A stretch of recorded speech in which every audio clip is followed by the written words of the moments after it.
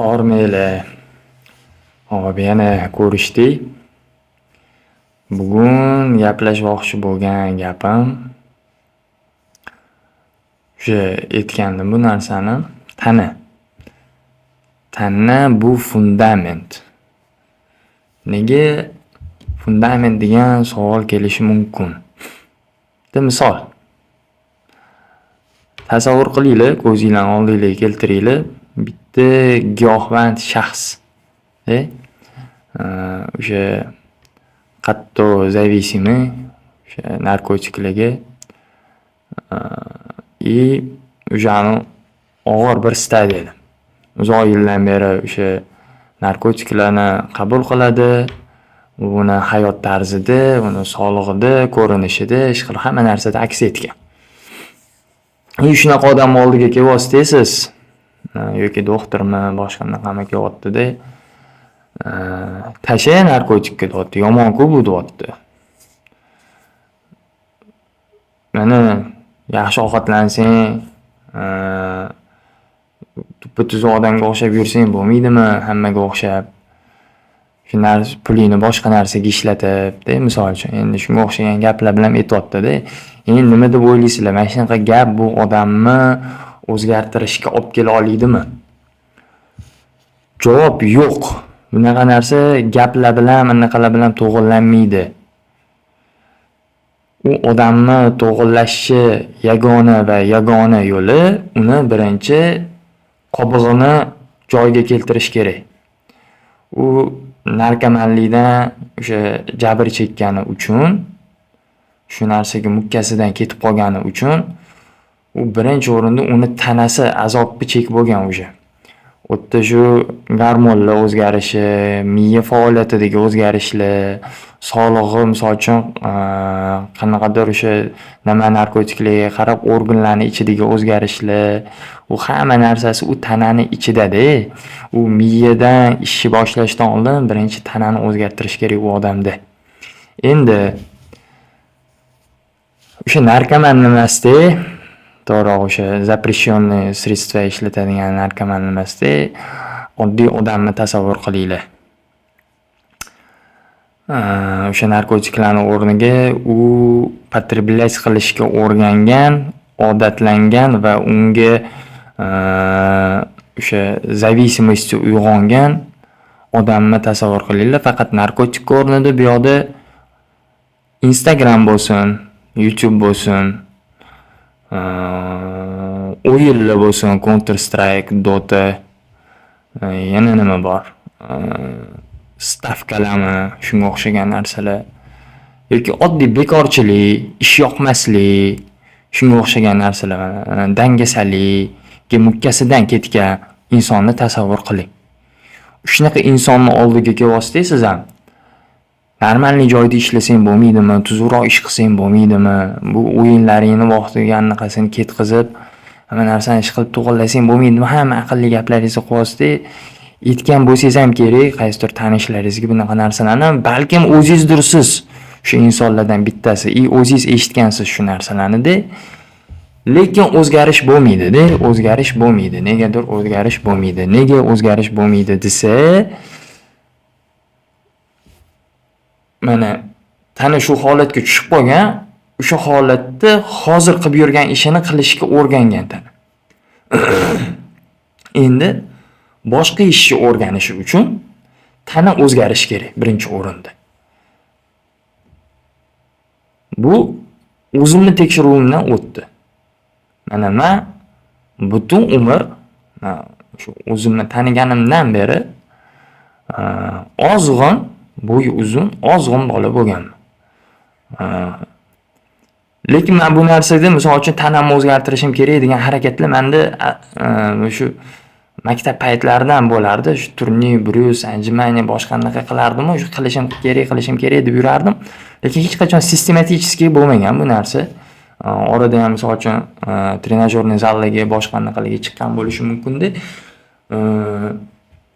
2 oy, 3 oy shug'ullanib tashab qo'yganman, ko'pchiligiga o'xshab. Hammalarda bo'lgan shunaqa holat. Mana shunaqa narsa bo'lganda, oldingi yil bir yil oldingi yil avgust oyida men qaror qildim. Shu bo'ldi, mana nima bo'lsa ham tashlamayman, boraman. Zalga yozildim.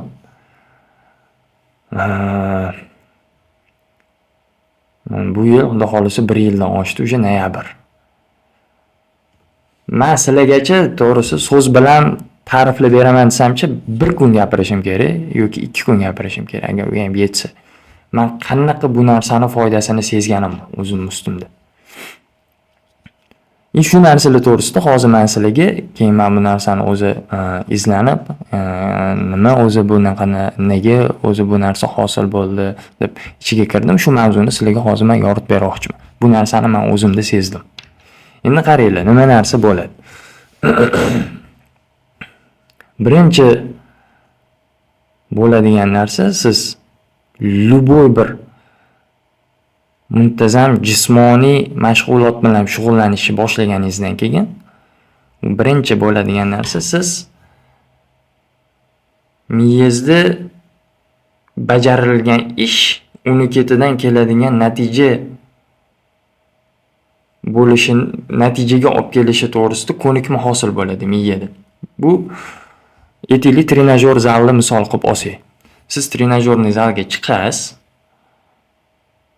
2 oy, 3 oy, 4 oy, 5 oy, 6 oy, yarim yil shu shug'ullanganingizdan keyin uje ko'zingizga sezilarli darajada sizdagi o'zgarishlar ko'rasiz. Mana oynada, misol uchun o'zingizning anaqangizda, tashqi ko'rinishingizda bu narsalarni ko'rasiz-da.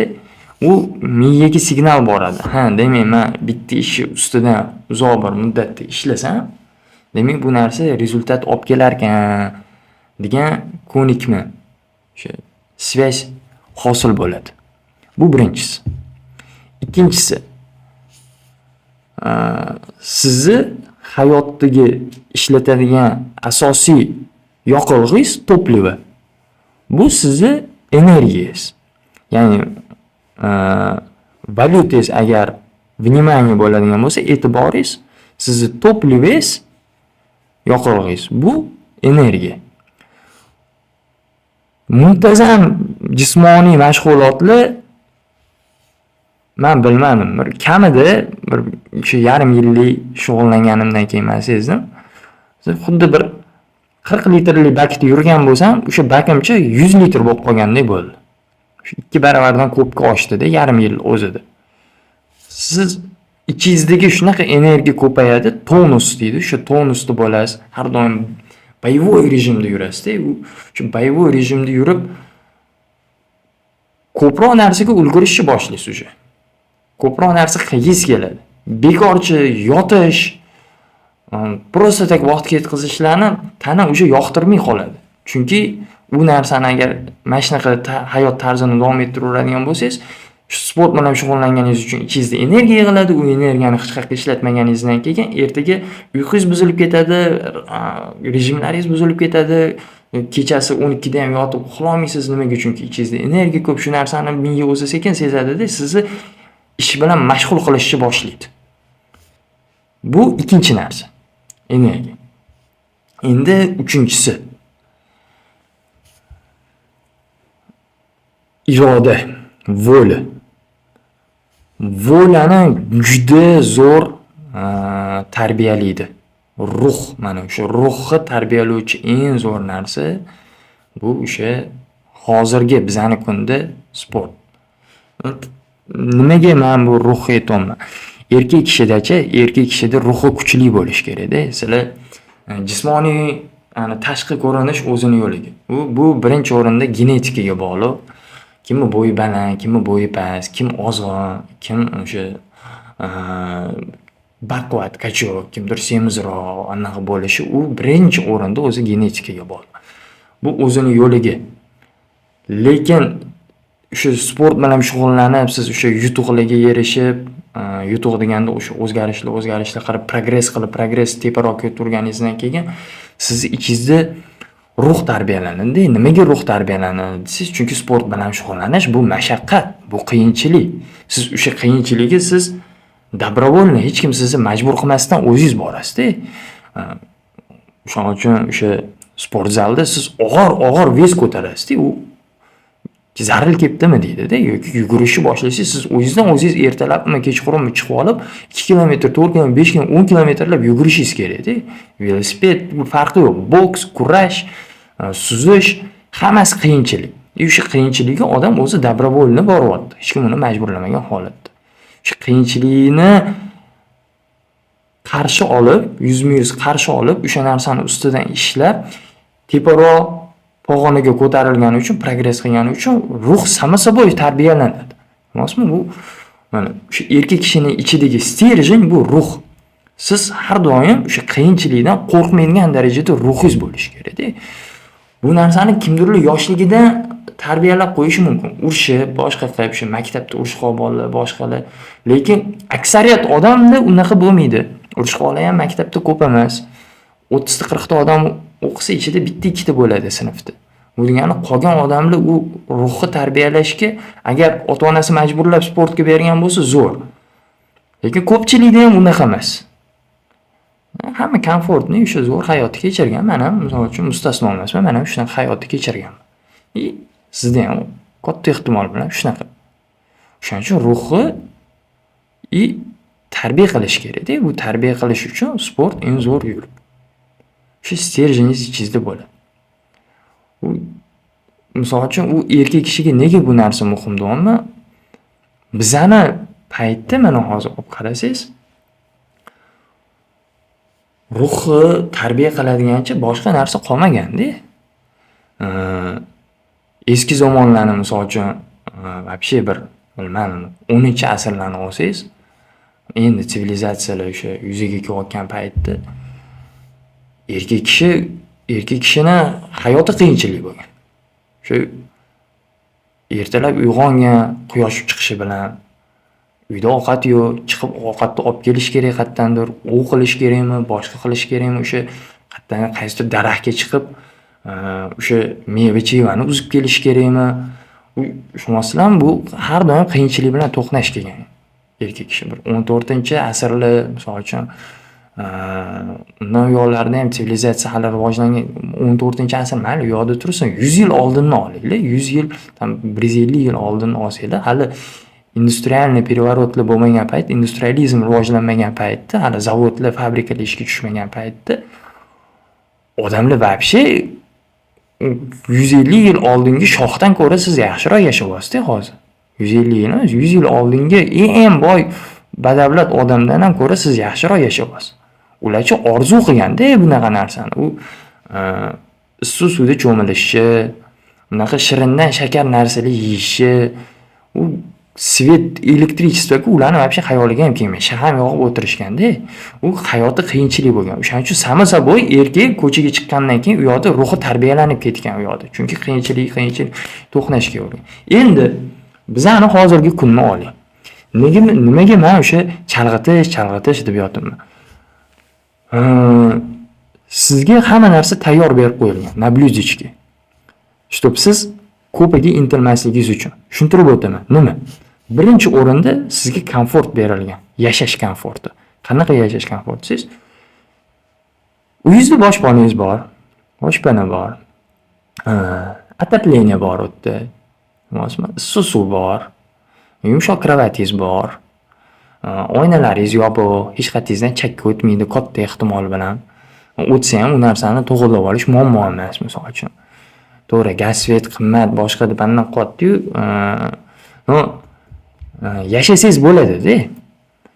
Vanna o'zi cho'milish anaqasi u aytayman, podsholar tushida ham ko'rmagan-da u narsani. Sizda dush bor. Emasmi mana? Bu degani sizni boshpana sifatidagi hamma anaqangiz yopildi. Miyachi buni farqiga bormaydi. Miyaga hamma narsa komfortni, hamma narsa u sizni miyangiz ichida DNKda u sizni predkalaringiz, avlodlaringiz qishda yomg'irda sovib, yozda isib, qiyinchilik ko'rib anaq qilganda, keyin urishib talashib kimdir bilan o'sha qabilasidagi eng zo'r darajaga chiqib olib yoki davlatidagi o'sha eng zo'r darajaga chiqib olib hammani bosib olgandan keyin o'sha unga shu issiq suv, bir boshpana degan narsalarga dostуп bo'lgan. Bu degani u tsepochkani tepasida turgan. Hozir miyangiz sizni tsepochkani tepasida turibsiz deb o'ylayapti. Chunki hamma komfortingiz bor. Bu boshpana sifatida. Ovqatda ham xuddi shunaqa. Shirin narsaga do'stib shunchalik qiyin bo'lgan. Misol uchun mana u tabiatdan shunaqada, bu ming yillab, million yillab odamzod borligidan beri nega o'sha meva daraxti eng tepasida anaqada o'sgan? Chunki u narsaga erishish qiyin bo'lgan. Hamma ham u narsani olib yeyolmagan. Bu bir. Qiyin bo'lgan shirin narsaga. Ikkinchidan shirin narsalar bunchalik shirin bo'lmagan. Hech qachon bunaqa shirin bo'lmagan. Mana shu oxirgi 50-100 yilda bu modifikatsiya bo'lib qanchalik tarvuz o'zi, misol uchun tarvuzni mana eng shirin o'zbek hammamiz yoqtiramiz. Bizda shu bemalol do'st degan narsa. Tarvuzni o'zi birinchi tarvuzlarni anaqasini o'rgansangiz, tarvuz mana shunday katta tarvuz bo'lsa, mana bundoq, oldin mana bundoq tarvuzlar bo'lmagan.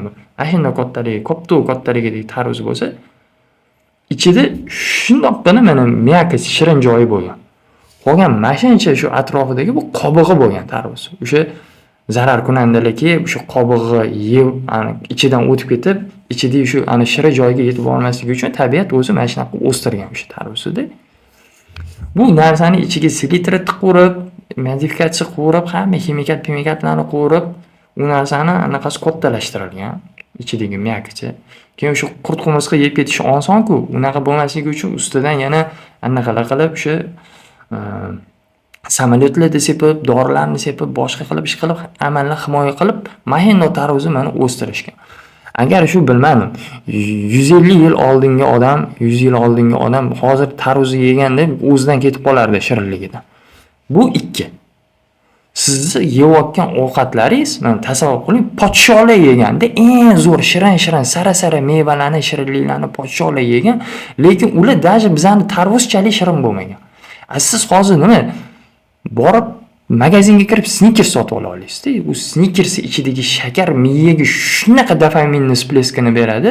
Siz u narsani yeganingizdan keyin miya deydi, "O, malades" deydi.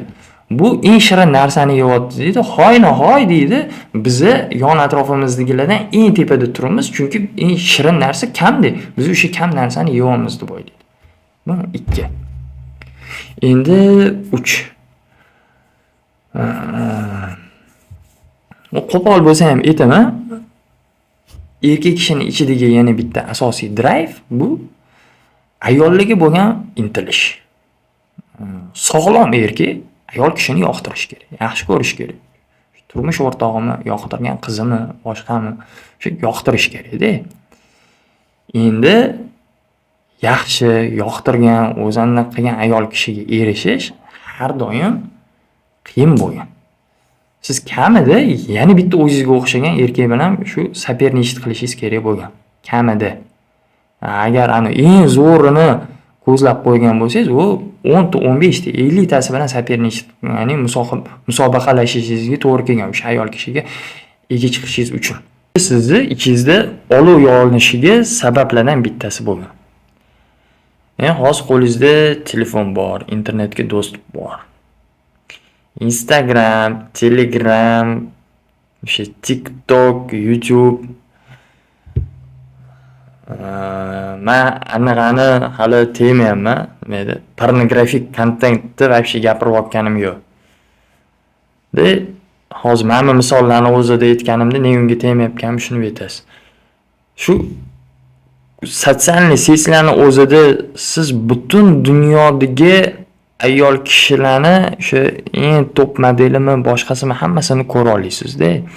O'sha o'tdagi misol uchun o'sha bikinidagi rasmi bo'ladimi, boshqasi bo'ladimi, u hammasini ko'rasiz, hammasi bilan o'sha ko'rib miya qabul qiladi-da, sen unga do'stuping bor deydi-da. O'sha haligi misollarimizdagi podsholar yon atrofidagi 10 ta 15 ta yoki bir yurgan yo'lidagi 50 ta 60 ta ayol kishi bilan to'qnash kelgan bo'lsa, bo'ldi, o'shalarni faqat ko'rgan, yutuqlarni hammasi yopiq anaqada bo'lgan.